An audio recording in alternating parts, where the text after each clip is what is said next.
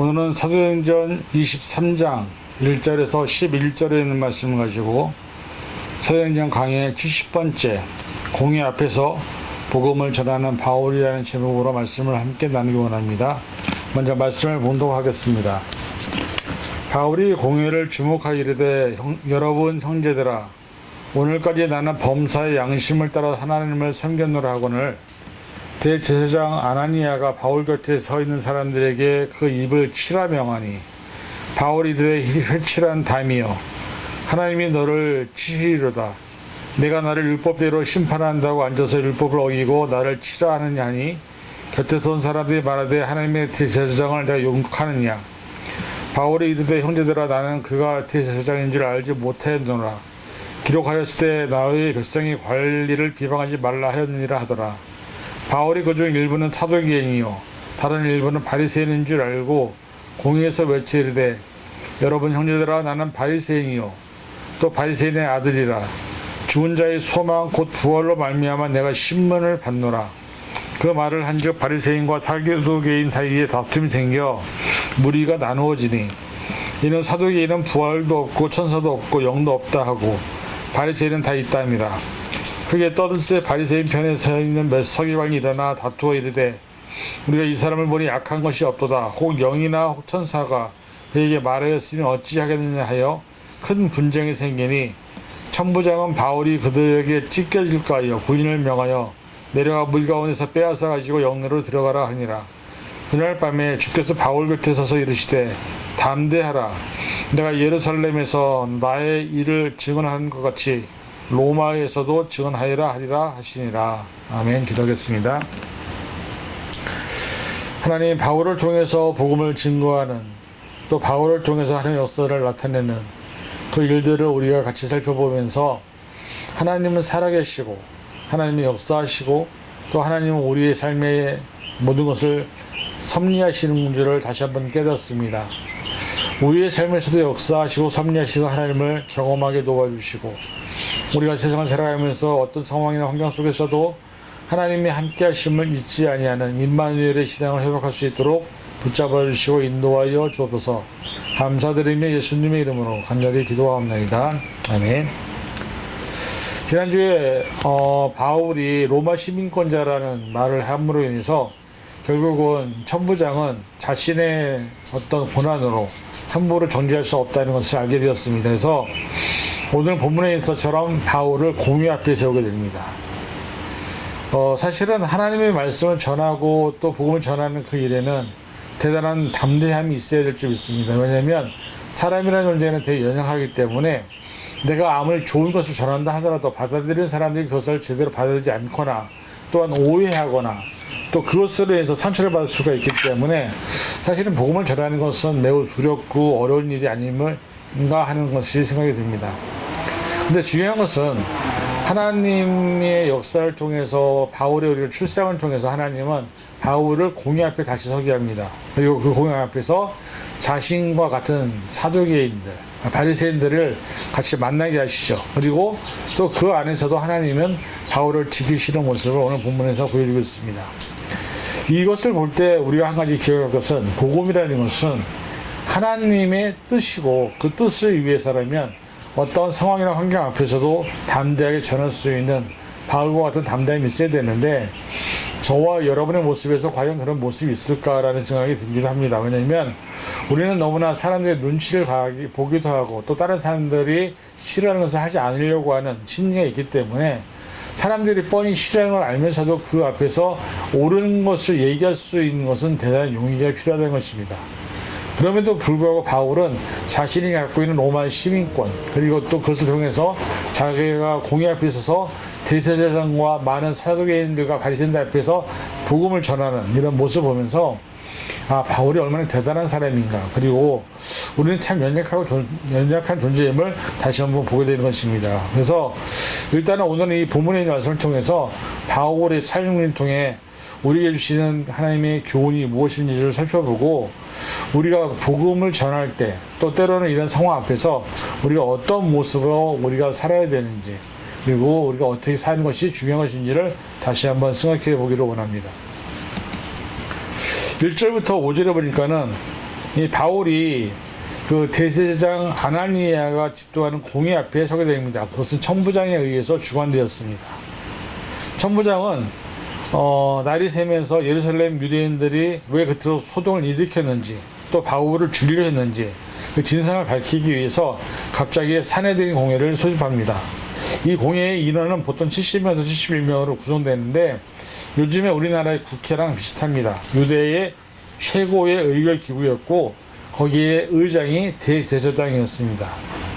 로마 정부는 유대인들이 자꾸 종교 문제를 가지고 와서 해결해 달라고 하니까 종교 문제를 자기들이 다룰 수 있도록 공회를 만들게 허락해 주었던 것입니다. 거기서 유대인들이 관련된 사건을 재판하고 사형 파면도 내릴 수 있는 권한까지 주었지만 사형을 확정짓는 것은 할 수 없었습니다. 사형 집행은 오직 로마 당국의 총독의 승인이 있을 때에만 가능하도록 했던 장치였습니다.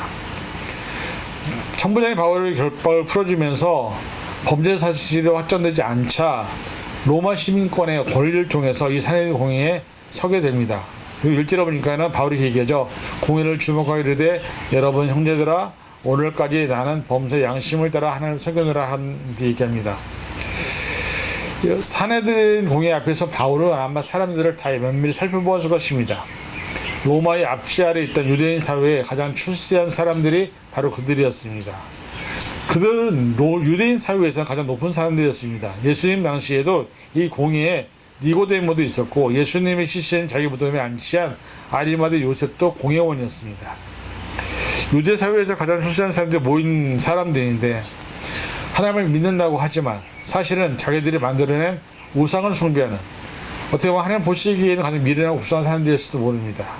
그들이 바울을 쳐다보고 있었습니다. 근데 이들에게 존경하는 이렇게 공의원들이라고 밝히지 않고 바울은 여러분 형제들이라고 얘기합니다. 그의 첫 마디는 내가 오늘날까지 범사의 양심을 따라 하나님을 섬겼다고 얘기하면서 신앙의 양심을 따라 하나님을 섬겼기 때문에 나는 죄가 없다는 것을 밝히죠. 유대인들은 바울이 하나님의 율법과 성령을 모독했다고 해서 그를 죽이려 했습니다. 그런데 바울의 모든 면에서 자기의 믿음의 양심을 따라 하나님을 섬겼다고 얘기합니다. 사실 바울은 그 당시의 나이가 거의 90세에 가까웠습니다. 평생 가난 속에서 또 여러 가지 어려움 속에서 복음을 전해온 이 바울의 삶에서 그 믿음의 양심을 따라 하나님의 부름을 따라 여기까지 왔다라고 고백하는 그 사람은 어떻게 보면 하나님이 주신 사명을 따라 산 사람이었습니다. 이런 모습이 우리에게 도전을 주는 것입니다. 내가 나이가 들어서 아니면 내가 평생 살아왔는데 과연 마지막에 가장 어려운 순간에 나도 바울처럼 나의 양심을 따라 하나님을 꺼리낌 없이 섬겼다고 얘기할 수 있을까라는 것이 오늘 우리에게 주어진 고백이죠. 많은 사람들이 병상에 누워지면 가장 많이 하는 생각이 뭐냐면 빨리 죽고 싶다. 왜 빨리 데려가시지 안 데려가시냐고 얘기합니다. 그리고 제가 일하는 곳에서도 많은 노인분들이 지금 아프고 힘들고 어려우니까는 하나님을 원망하면서 왜 자기를 빨리 안 데려가냐고 원망하는 목소리를 많이 듣습니다. 근데 어느 누구도 이 바울처럼 양심에 따라 내가 하나님을 섬겼다 얘기하는 이야기를 들어본 적이 없습니다. 그래서 뭐냐면 사실은 이것이 고백이 정말 자신의 양심에 있어서 부끄럽지 않은 삶을 살았던 사람의 고백이기 때문입니다. 저와 여러분의 말로가 또 마지막에 이런 고백을 할 수 있다고 한다면 얼마나 좋겠습니까? 우리는 지금부터라도 그렇게 살아야 합니다. 내 양심에 따라 하나님 보시기에 부끄럽지 않은 모습으로 살아가야만 마지막에 바울과 같이 이런 고백을 할 수 있다는 것입니다. 말씀을 읽고 기도를 하고 예배를 드리고 사실은 어떻게 보면 사람과 교제하고 상처를 주지 않고 믿음 생활을 잘 신앙생활을 잘 하는 것, 이런 모든 것들이 습관들이 쌓여서 결국은 그것이 내 현재의 모습이 되는데 저와 여러분의 현재의 모습이 지금 하나님 보시기에도 양심 없이 정말 하나님 뜻대로 살아왔는지를 돌아볼 수 있는 자신이 된다고 한다면 하나님은 바로 우리의 모습을 보면서 가장 기뻐하실 줄 믿습니다. 그러나 그런 모습이 아니라고 한다면 우리는 지금부터라도 내 마지막의 고백이 내 자녀들에게, 내 가족들에게, 내 뒤에 남겨진 사람들에게 나는 양심에 따라 하나님 앞에 부끄럽지 않게 살았나라고 고백할 수 있는 그런 믿음의 저와 여러분이 되시기를 간절히 부탁드립니다. 이 고백 앞에서 대제사장, 즉 그 공회의 의장이었던 아나니아가 바울의 입을 치라고 말하죠. 예수님 재판 당시에 그 전 해에는 안나스라는 대제사장이 있었고 그 해에 가야바였습니다. 그리고 이때가 아나니아입니다. 이 사람은 주 AD 47년에서 58년까지 대제사장으로 있었던 사람입니다. 이 사람에 대한 인품이 역사적 기록에 의하면 아주 탐욕스럽고 포악한 사람이었다고 얘기합니다. 심지어 성전에서 드린 11조를 횡령했을 뿐 아니라 하나님의 것을 유대인들을 인도하는 영적 지도자인 대제사장이었는데 폭력과 암살까지도 일삼았던 아주 잔인했던 인간이었습니다. 대제사장이 폭력을 행하고 심지어 자기 마음에 안 드는 존재를 살인묘사하고 죽이는 사람이었기 때문에 이름으로는 하나님의 대제사장이라고 하지만 실제로 하나님과 상관없는 삶을 살던 사람입니다. 자신이 하나님을 이용해서 자기 이득만 챙겼던 가장 종교 정사건에 불과한 사람이었던 것이죠. 사실 유대인에게 입을 치는 것은 최대의 인격 모욕이었습니다. 그래서 다른 데서가 아니라 입을 치라고 얘기하는 것은 대제사장 아나니아가 바울의 입을 치게 함으로 인해서 신앙의 양심을 따라 하나님을 섬겨왔다는 이 바울의 인격을 짓밟기 위함이었던 것입니다. 더 들을 가치도 없다. 저 말은 가짜다 하는 것입니다. 그때 바울이 3절에 얘기하죠. 이르되 회칠한 담이여 하나님이 너를 치시리로다. 내가 나를 율법대로 심판한다고 앉아서 율법을 어기고 나를 치라 하느냐 하니 하면서 바울은 당당하게 그 사람을 회칠한 무덤이라고 얘기합니다. 아마 바울도 굉장히 화가 났던 것 같습니다. 단지 입을 치라고 하면 인격이 모독이 됐던 것이 아니라 공회원들이 유대인들의 지도자고 영적 지도자로 할 수가 있는데 율법을 어기면서까지 자기 입을 치라고 하니까 화가 날 수도 있었겠죠. 근데 거기에 대고 회칠한 담이여라고 얘기합니다. 예수님이 유대인과 서기관과 바리새인들에게 회칠한 무덤이라고 했습니다. 마태복음 23장 27절에 그렇게 왜냐하면 그들은 무덤 위에 하얗게 횟가를 뿌려놨습니다. 무덤을 아름답게 꾸미는 것이 아니라 시체가 있는 무덤을 부정히 여기는 유대인들이 지나가다가 횟가루가 칠해진 무덤을 보고서 무덤인 것을 알고 피해가기 위해서 만든 것이었습니다. 겉으로는 굉장히 깨끗하고 아름다울 수 있지만 그 속은 시체가 썩어가고 정말 더러운 것이 가득 차있는 무덤인 것입니다. 겉과 속이 다른 바리새인들에게 했던 말을 바울이 아나니 얘기하는 것입니다. 그런데 아마 그것에 대해서 이제 대선 사람들이 아마 난리가 났습니다. 감히 우리 대제사장을 회칠한 무덤이라고 하냐 하면서 4절 5절에 보니까 곁에 선 사람들이 말하되 하나님의 대제사장을 내가 욕하였느냐? 바울이 대 형제라 나는 그가 대제사장인 줄 알지 못하였느냐고 기록하였을 때 너희의 백성의 관리를 비방하지 말라 하였다 하니라. 사실 대제사장은 공석상에서는 있는 예복이 따로 있었습니다. 근데 이 당시에 산헤드린 공회는 천부장에 의해서 그 전날 바로 소집이 되었습니다. 그러니까 사실 이들이 의복을 다 갖춰 입고 대제사장 옷을 입고 나올 수가 없었고 비상 모임으로 모였기 때문에 아마 대제사장이 옷을 입지 않고 나왔기 때문에 입에 대해서 치라고 얘기한 사람을 보고 바울이 저 사람은 대제사장인 줄 모르고 아마 잘못된 모습으로 그 사람에게 회칠한 무덤이라고 했다고 얘기한 것입니다. 바울 역시 20년 이상 세계를 다니면서 전도연을 했기 때문에 본토 유대교와는 동떨어진 삶을 살았습니다. 그래서 대제사장의 아나니의 얼굴을 알 수도 없었을 뿐더러 사실은 어떻게 보면은 그들의 표현일지 모르겠지만은 바울은 사실 그 다음에 어떻게 했냐면 내가 그가 대제사장인 줄 알지 못했다고 얘기합니다. 중요한 것은 바울이 여기서 무조건 복종하겠다는 말이 아니라 율법에 따라 자기를 판단해달라고 얘기하는 것입니다. 대제사장도 율법에 따라서 판단을 해야지 네가 어떻게 나에게 입을 치라고 얘기할 수 있는지 그것을 묻는 것입니다. 유대인의 최고 의결교였던 산헤드린 공회 70명이 바울을 한 사람을 재판하기 위해서 모였기 때문에 바울은 조금도 주눅들지 않고 율법에 근거한 말씀에 근거한 정확한 이야기를 그들에게 이야기하고 있는 것입니다. 그만큼 바울은 똑똑했고 지식이 있었습니다. 대제사장 아나니아가 바울의 입을 치하려 해서 이 바울의 인격을 짚어버리려 할 때 바울이 절제를 잃고 비인간적으로 반응했다면 아마 큰일이 났을 것입니다. 그런데 바울은 그렇지 않았습니다. 정정당당하게 율법의 기준에 따라 너희가 율법에서 판단하는 대로 날 판단하라. 그럼 내가 받아들이겠다고 얘기를 합니다.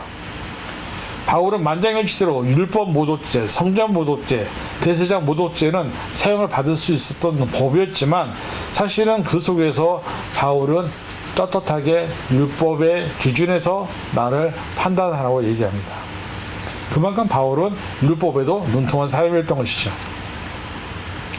여러분, 바울이 한 말은 사실은 어떻게 보면 뭐 핑계일 수도 있을지 모릅니다. 근데 어쨌든 대세상 뭐 있지 않고 왔기 때문에 그럴 수도 있겠지만 중요한 건 뭐냐면 큰 일이든 작은 일이든 우리는 영적인 습관에 신경을 써야 한다는 것입니다. 특히 직분자일수록 우리가 리더일수록 사실은 함부로 얘기해서도 안 되고 함부로 말해서도 안 되고 함부로 행동해서도 안 된다는 것이죠. 우리가 직분자라는 타이틀을 갖고 있지만 우리 교회에 갈 때 사실은 직분자라는 명칭을 달지 않습니까? 새로운 사람들은 우리가 누군지를 모릅니다. 목사인지 전도사인지 뭐 사모인지 아무도 모릅니다. 장로인지 권사인지. 근데 중요한 것은 뭐냐면 그 사람들의 말을 한마디 한마디가 전혀 모르는 새로운 사람이 왔을 때 바울과 같이 우리의 모습을 보고 실수할 수도 있고 우리를 잘못 판단할 수도 있다는 것입니다. 그래서 예수님을 믿는 사람들이라면 정말 리더자라고 한다면 공회원의 의장인데 어떻게 이게 물법에 뭐 기록된 법과 상관없이 함부로 얘기하는 것을 보면서 바울은 그렇게 얘기할 수도 있었다는 것이죠. 그러고 난 다음에 바울이 그 사람들을 봅니다. 면밀하게. 그랬더니 일부는 사두개인이고 일부는 바리새인이었습니다. 그래서 바울이 나도 바리새인이다. 그래서 내가 바리새인이기 때문에 너희들과 같은 편이다라고 얘기합니다. 바울은 70명의 의원 대부분들이 입은 옷으로만 봐도 그들 사두개인과 바리새인으로 구분할 수 있었습니다. 왜냐하면 그들은 같이 앉을 수가 없었기 때문이죠. 서로 반대로 앉아 있었기 때문이죠. 사두개인들은 세속적인 사람들이었는데 제자들뿐만 아니라 사두개파였습니다. 그래서 그들은 사실 예수의 부활, 예수의 죽음 다 거부한 사람들, 천사도. 그래서 하나님께서 인간의 율법을 주시기만 하실 뿐이지 인간의 역사에 하나님이 개입하지 않는다고 믿었던 사람들입니다. 그래서 천사와 영능의 존재, 부활, 영생과는 내세도 믿지 않았던 사람들이 사두개인들이죠. 언제나 그들에게 중요한 것은 현실 세계였습니다. 지금이 중요한 겁니다. 내세가 뭐가 없습니다. 그런데 바리새파 사람들은 분리된 자들, 구별된 자들의 뜻입니다.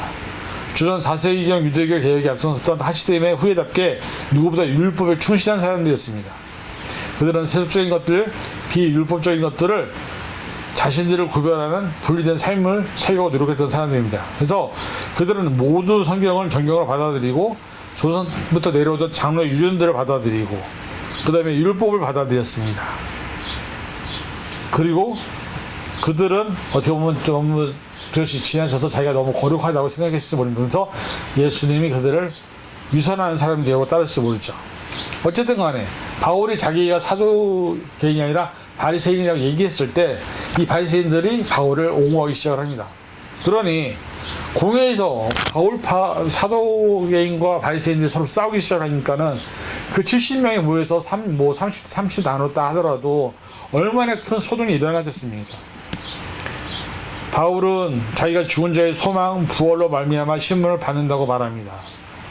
이 말에 곧장 사두개인과 바리새가 싸우기 시작을 하죠. 이 다툼의 원인은 아주 간단합니다. 바리새인은 천사의 영과 부활과 영생을 다 믿는데 사두개인은 모두를 부정했기 때문이죠. 사실 이 상황 속에서 조금만 놔두면 무력 충돌로도 갈 수도 있었던 상황이었습니다. 그래서 이 사람은 바리새인이다. 바울은 우리가 보호해야 한다고 이제 변론을 하게 되죠. 구절에 보니까 크게 떠들 새 바리새인 편에서 몇 설교관이 일어나 다투어 이르되 우리가 이 사람을 보니 악한 것이 없도다. 혹 영이나 혹 천사가 그에게 말했으면 어찌하겠느냐 하며 그를 옹호하기 시작합니다.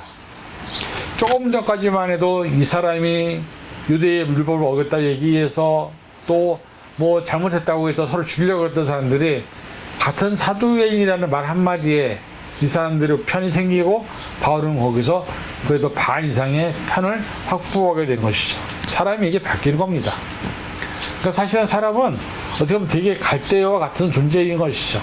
제가 믿고 있는 믿음의 신뢰도 확신도 때로는 변하는 것이 그래서 세상 풍조에 매일 흔들리는 것이 사람의 마음인 것입니다. 그런데 거기서 천부장이 이제 문제가 된 것을 알게 되죠. 사두개인과 바리새인에서 싸우니까. 그러니까 결국은 바울로부터 시작이 됐는데 싸움이 결국은 두 파로 진행이 되니 10절에 보니까 큰 분쟁이 생기니 천부장이 바울을 그들에게 찢겨질 줄 알여 군인을 명하여 내려가 무리 가운데서 빼앗아 가지고 영내로 들어가라 합니다.